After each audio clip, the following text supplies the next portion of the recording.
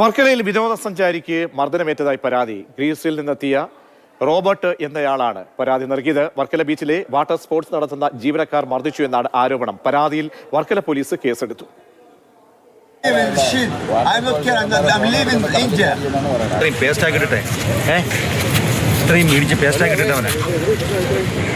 വർക്കലയിൽ വിനോദസഞ്ചാരത്തിനെത്തിയ വ്യക്തിക്ക്, അതായത് വിദേശത്ത് നിന്നെത്തിയ വ്യക്തിക്ക് മർദ്ദനമേറ്റെന്ന പരാതിയാണ് നിലവിൽ ടൂറിസം പോലീസിന് ലഭിച്ചിട്ടുള്ളത്. ഗ്രീസിൽ നിന്നെത്തിയ റോബർട്ട് എന്നയാളാണ് പരാതി നൽകിയത്. അതായത് കടലിൽ കുളിക്കാനിറങ്ങവേ വാട്ടർ സ്പോർട്സ് നടത്തുന്ന ജീവനക്കാർ, അതിന് ചുമതലയുള്ള ജീവനക്കാർ മർദ്ദിച്ചു എന്നാണ് പരാതി.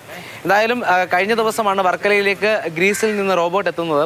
എത്തിയ ശേഷം ഫോൺ നഷ്ടപ്പെടുന്നു. അതുമായി ബന്ധപ്പെട്ട് പരിസരങ്ങളിൽ തിരച്ചിൽ നടത്തുന്നു. ശേഷമാണ് കടലിലേക്ക് കുളിക്കാൻ ഇറങ്ങുന്നത്. അപ്പോൾ വാട്ടർ സ്പോർട്സുമായി ബന്ധപ്പെട്ട ആളുകൾ ഈ കടലിൽ ഇറങ്ങരുത് എന്ന് പറഞ്ഞുകൊണ്ട് ഒരു നിയന്ത്രണം നൽകുന്നു, അത്തരം നിർദ്ദേശം നൽകുന്നു. അങ്ങനെ ഇറങ്ങാൻ തടസ്സം ഉണ്ടാക്കുകയാണ് ചെയ്തത്. അങ്ങനെ ഈ തടസ്സം സൃഷ്ടിച്ചപ്പോൾ റോബോട്ടും ജീവനക്കാരും തമ്മിൽ വാക്കുതർക്കം ഉണ്ടാകുന്നു. ആ വാക്കുതർക്കം മർദ്ദനത്തിലേക്ക് കടന്നു എന്നാണ് പരാതിയിലുള്ളത്.